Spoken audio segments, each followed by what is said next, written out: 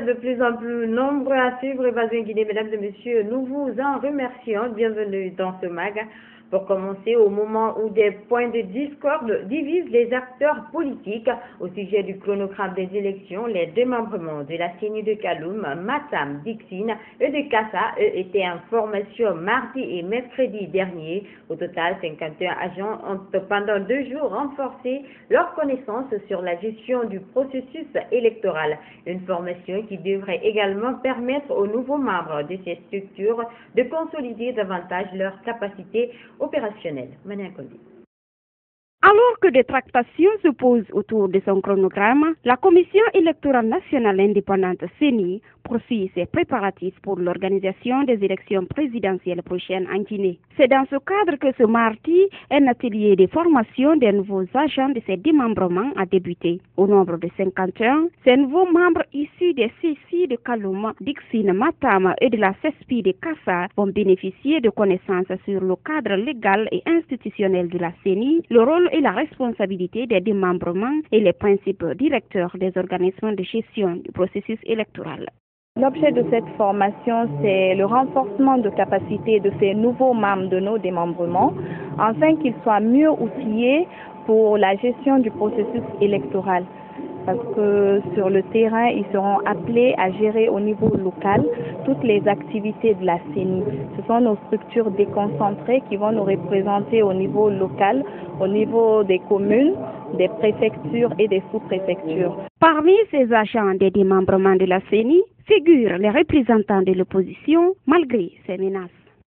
C'est une réjouissance pour nous parce que au fur et à mesure que nous évoluons dans la démocratie, au fur et à mesure, nous voyons que nous allons à la perfection. Ça, c'est déjà un grand rôle que la CENI est en train de jouer. Ces démembrements mis en place sont composés de la société civile.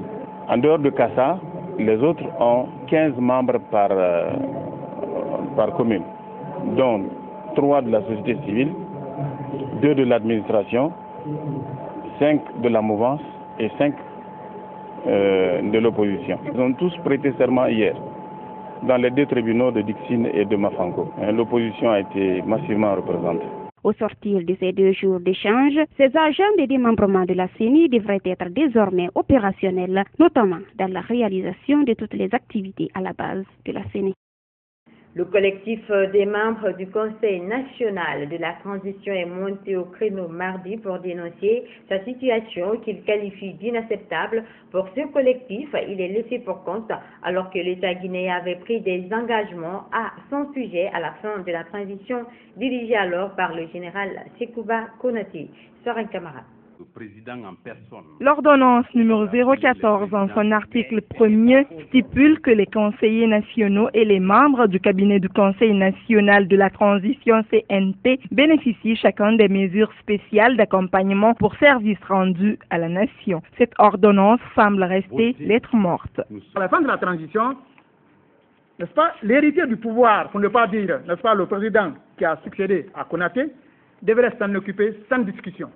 Mais malheureusement, il n'a pas hésité de dire que l'écrit de Konaté ne l'engage pas. Pourtant, c'est sur la constitution signée par Konaté qu'il a juré lorsqu'il a été élu. Ces mesures d'accompagnement étaient aussi valables pour les membres du Conseil national pour la démocratie et le développement CNDD et le gouvernement d'union nationale de transition. Ces 2 autres seraient déjà rétablis dans leurs droits. À cet égard, pas question pour le CNT de concevoir 2 poids, 2 mesures. Ce que le gouvernement de la transition a perçu, c'est sur la base de l'ordonnance 013. Dans cette ordonnance se trouvent d'autres structures telles que le CNT. Les ministres actuels sont ministres parce que certains ont accepté de céder le pouvoir. Les députés actuels sont députés, c'est parce que d'autres ont accepté de voir la nation en face et de vouloir du bien pour la Guinée. Pourquoi aujourd'hui on ne veut pas reconnaître le travail bien fait? Pourquoi on refuse d'appliquer le principe de continuité de l'État?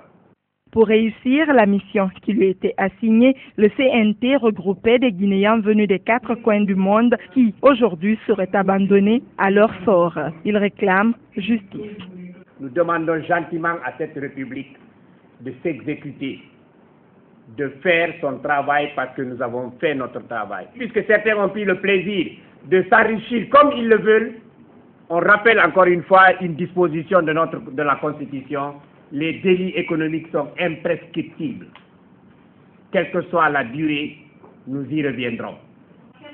Selon le collectif du CNT, le principe de continuité de l'État est inviolable. Il compte assigner l'État en justice si rien n'est fait dans les meilleurs délais, voire saisir la CEDEAO et l'Union africaine pour que le président de la transition, général Sekouba Konaté, exécute sa décision. Dans ce magazine également, la foire internationale de Conakry a officiellement démarré lundi au Palais du Peuple. C'était en présence du Premier ministre, chef du gouvernement, qui a d'ailleurs saisi cette opportunité pour mettre en confiance les opérateurs économiques, mais également par la même circonstance sensibiliser les populations sur les mesures hygiéniques à observer pour lutter contre la fièvre hémorragique à virus Ebola. Lansana Traoré, Suleiman Souma. Cette visite des membres du gouvernement avec à sa tête le Premier ministre Mohamed Saïd Fofana de la Foire internationale de Conakry s'inscrit dans le cadre de redonner confiance aux promoteurs économiques présents sur les lieux et créer confiance chez les investisseurs. Cet événement vient pour prouver que la Guinée n'est pas à terre, et surtout l'économie guinéenne. Donc c'est un événement qui vient pour redynamiser nos activités économiques, redonner confiance à nos hommes d'affaires, aux investisseurs et surtout aussi à l'étranger pour dire que l'économie guinéenne est une économie d'espoir, est une économie à fort potentiel et qu'il est bien de venir en Guinée et d'investir. Également, à travers cette foire, la Guinée entend faire la sensibilisation d'un grand nombre de citoyens sur Ebola. Nous avons pris toutes les mesures et c'est le lieu aussi de faire la campagne de sensibilisation autour de l'Ebola. Et c'est pourquoi vous avez vu l'UNICEF, la Croix-Rouge, tous les intervenants qui ont des stands ici, profiter de cet événement pour sensibiliser la population, pour éradiquer enfin le virus Ebola. La visite des stands de cette foire internationale par le gouvernement est un signal fort pour les promoteurs. Compte tenu de l'économie actuelle de notre pays, et si les membres du gouvernement arrivent à participer et que ça se voit par tout le monde, c'est le public qui est là, ce sont des pays voisins qui sont là aussi.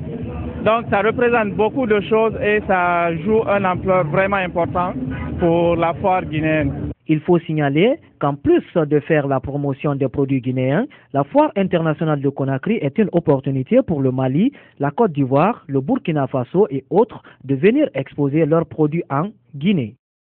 Autre fait marquant de la semaine, la deuxième consultation nationale pour la finalisation du plan de relance du système de santé en Guinée sur une période de 2015 à 2017 a ouvert ses travaux mercredi à Conakry. Cette consultation visait à harmoniser les points de vue sur les actions à entreprendre pour la relance du système de santé ainsi que les modalités de financement et de stratégie pour la lutte contre la fièvre hémorragique à virus Ebola. Abakar Sidikiman. Cette deuxième consultation nationale qui se déroulera sur 2 jours devra aboutir à la finalisation de la politique nationale de santé et des orientations claires pour l'élaboration du plan national de développement sanitaire 2015-2024 avec un focus sur sa mise en œuvre qui constitue le plan de relance du système de santé affecté par l'épidémie d'Ebola. La Guinée, depuis 30 ans, utilise un système basé sur les soins de santé primaires et de districts sanitaires. Au regard de cette réalité, il est important de baser les efforts de reconstruction du système sur ses acquis. Pour cela, la Guinée devra mettre l'accent sur certaines mesures. Le relèvement du niveau de financement du secteur de la santé pour se rapprocher des 15% convenus à Abuja au Nigeria, la négociation avec les institutions financières internationales pour le recrutement, la rémunération adéquate et la formation du personnel de santé, la réhabilitation et l'équipement des infrastructures sanitaires en vue de l'amélioration et de l'accessibilité aux soins et services de santé de qualité. Le succès dans l'atteinte des résultats liés aux 2 premières priorités dépend largement de l'amélioration globale de la gouvernance du secteur de la santé. Doter la Guinée d'un système de santé efficace, pouvant faire face à tous les obstacles, voilà le défi que le département de la santé entend relever. La prise en charge des indigents et groupes cibles au moyen de la politique et de la gratuité, le tout dans la perspective de la marche vers la couverture universelle sanitaire. Ces priorités sont d'actualité et constituent la base de programmes de santé basés sur la performance avec des objectifs et indicateurs précis et clairs pour tous. La réussite de cette consultation nationale pour la relance du système de santé guinéen est au cœur des priorités du gouvernement. Tout au long du processus d'élaboration de ce plan de relance, vous avez clairement privilégié une approche participative pour obtenir un document consensuel dont la mise en œuvre contribuera à l'amélioration de l'état de santé de la population. Dans le cadre de ce combat qui engage l'action gouvernementale dans tous les secteurs de développement, le relèvement du système de santé constitue une priorité. La présente consultation nationale, qui regroupe d'éminentes personnalités politiques de la société civile et du monde scientifique et technique, ainsi que les bailleurs de fonds, est une opportunité pour harmoniser les points de vue sur les actions à entreprendre, ainsi que sur les modalités de financement des stratégies de lutte contre Ebola et du relèvement du système de santé. Ces assises qui regroupent les professionnels de la santé en Guinée serviront à la poursuite de la préparation de la relance du système de santé et s'inscrivent également dans le cadre de la préparation de la session ordinaire de la conférence internationale de la Banque mondiale sur l'épidémie d'Ebola le printemps prochain. Bientôt, la Guinée sera éligible au programme d'assistance du Fonds mondial dans la lutte contre le VIH-Sida, la tuberculose et le paludisme. Cela grâce à la validation du rapport établi par le comité ad hoc pour l'élaboration de la liste des membres du nouveau comité de l'instance de coordination nationale de lutte contre ces trois maladies. Lansana Traoré. Cette validation du nouveau comité de l'instance de coordination nationale de lutte contre la tuberculose, le VIH et le paludisme en Guinée constitue un bon élan pour l'éligibilité de la Guinée au programme du Fonds mondial. C'est vrai que ça a été un processus de longue haleine. L'ICN Guinée, c'est comme un grand albatros maintenant qui prend son envol. Dans les jours à venir, le CCM va être vraiment éligible et pouvoir recevoir convenablement les fonds du Fonds mondial. Cette initiative vise à faciliter à la Guinée de bénéficier de l'aide qu'octroie le Fonds mondial au pays dans la lutte contre ces trois maladies. La réalisation de ce travail n'était pas aisée. Concrètement, ça n'a pas été une tâche facile. Et ça n'a pas été facile parce que il fallait que tout le monde ait la même chance. Il fallait que les règles démocratiques soient respectées. On recherchait aussi la qualité des personnes représentatives et des personnes jouissant d'une légitimité. Mais ce qui est important, les critères de désignation ont été respectés. Les organisations, les ONG nationales intervenant dans le cadre de la lutte contre ces trois maladies, le sida, la tuberculose et le paludisme, ont bénéficié de l'information en temps utile. Quant au président du comité ad hoc, il reste confiant du travail accompli.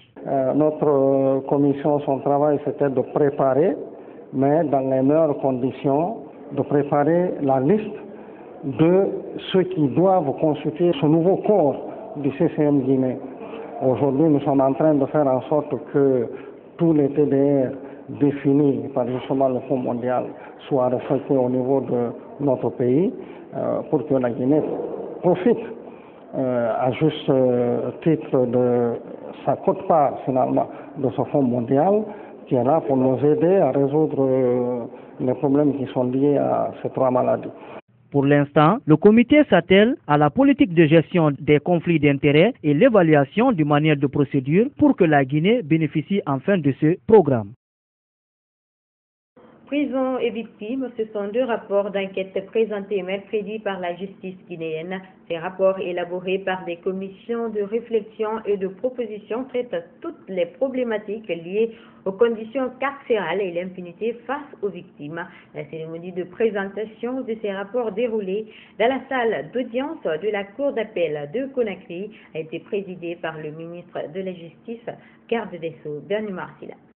C'est après 9 mois de travaux effectués par les magistrats guinéens sur les problématiques des conditions carcérales et les victimes des violences en Guinée que ces deux rapports ont été présentés ce mercredi par les commissions de réflexion et propositions mises en place à cet effet. Mandatées par le ministre de la Justice, garde des Sceaux, ces deux commissions ont fait des diagnostics profonds des conditions carcérales et l'impunité qui constitue même le dysfonctionnement de l'appareil judiciaire guinéen. Le premier rapport intitulé la Guinée face à ces prisons, ressort que 1350 personnes croupissent aujourd'hui dans les prisons guinéennes. On a fait d'abord l'état des lieux pour dire sur une population carcérale de 3150 détenus, vous avez plus de la moitié qui sont des prévenus. Donc c'est que la chaîne pénale ne fonctionne pas. Vous avez des jeunes mineurs qui sont en prison depuis plus de 2 ans qui n'ont pas vu un juge. Le deuxième rapport fait sur les victimes relève que les manques de droits et de réparation des victimes ont créé le divorce entre les justiciables et la justice en Guinée. Il faut replacer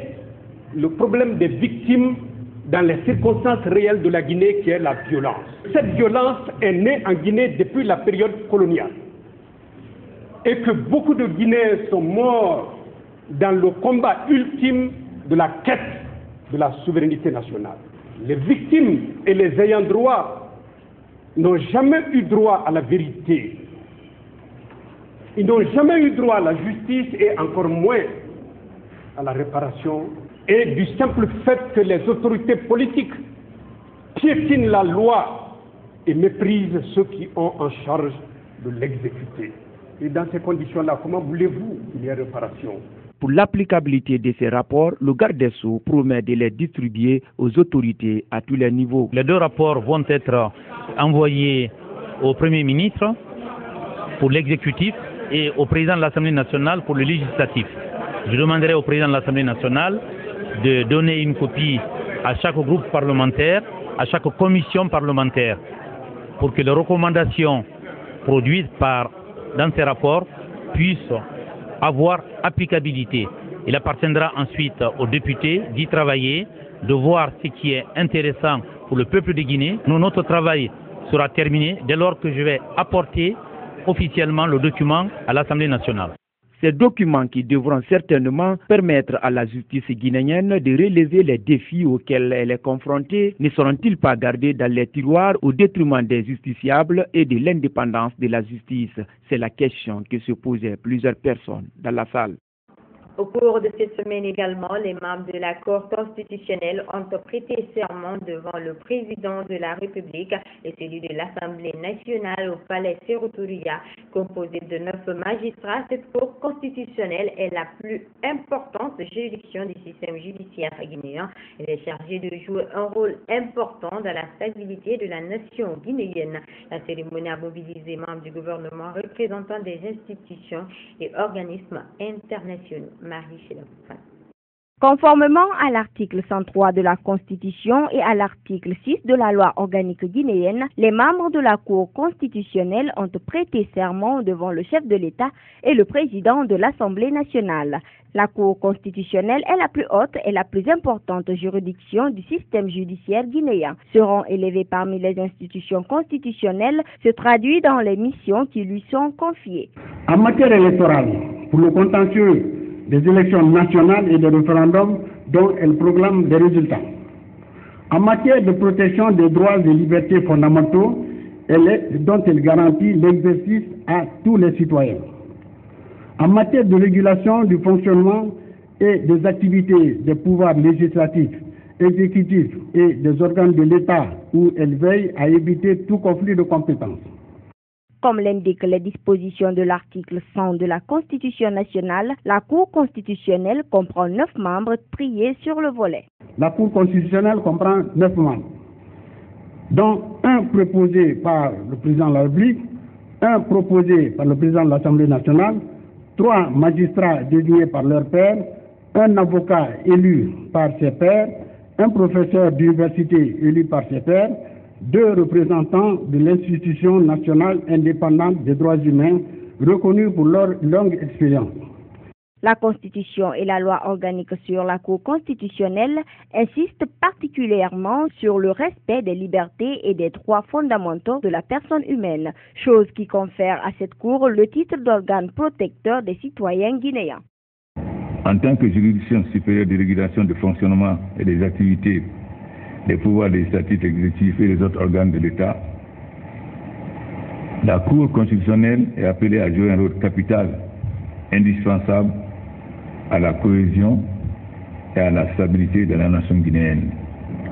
Je les exhorte aussi que dans l'exercice de leurs fonctions, ils fassent preuve de dévouement de loyauté envers le peuple guinéen au nom duquel il juge, et surtout de probité, d'impartialité et de rigueur envers les justiciables dans le dossier de son soumis.